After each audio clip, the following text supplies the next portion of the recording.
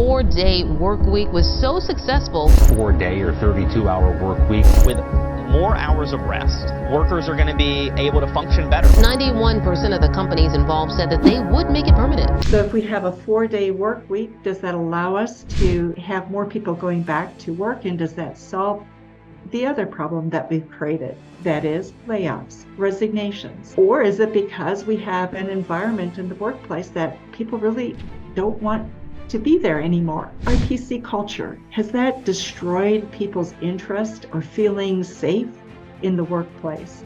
Is that why people are working in the hybrid workplace?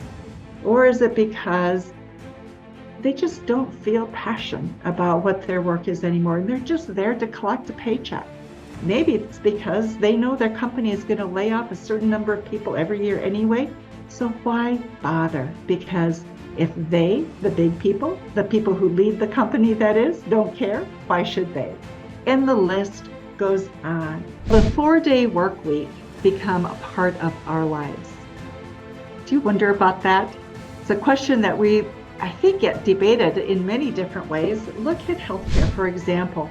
We've seen people in the healthcare industry go to 12-hour days and 10-hour days, 12-hour days, and they may work 3 days or 4 days, depending on how many hours a day they work. And we found that to be effective because they're actually staying and working those hours anyway. However, now you have to have more people that will cover those days that are now not being worked by those individuals. When we look at business and we have a service industry, a 4-day work week may make sense.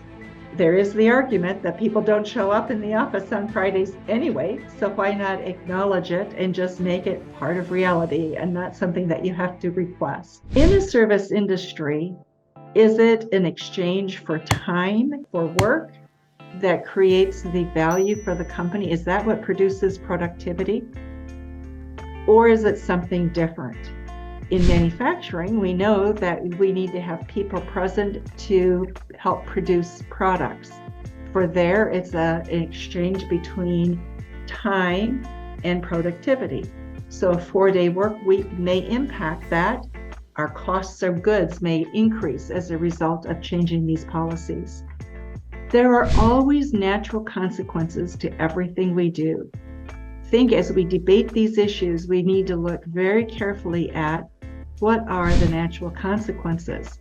We may need a 4-day work week, by the way, if we have people being laid off and we've got a whole population of workers that are not employed. We may need a mechanism in which to get them back to work. The question then is, if you're working 4 days instead of 5 days, should your salary decrease at the same level that you have decreased your work? 20%? Is that too much? If you're paying for other people to come in and work, you've got to put money into those people. And somehow a business needs to manage all of its costs.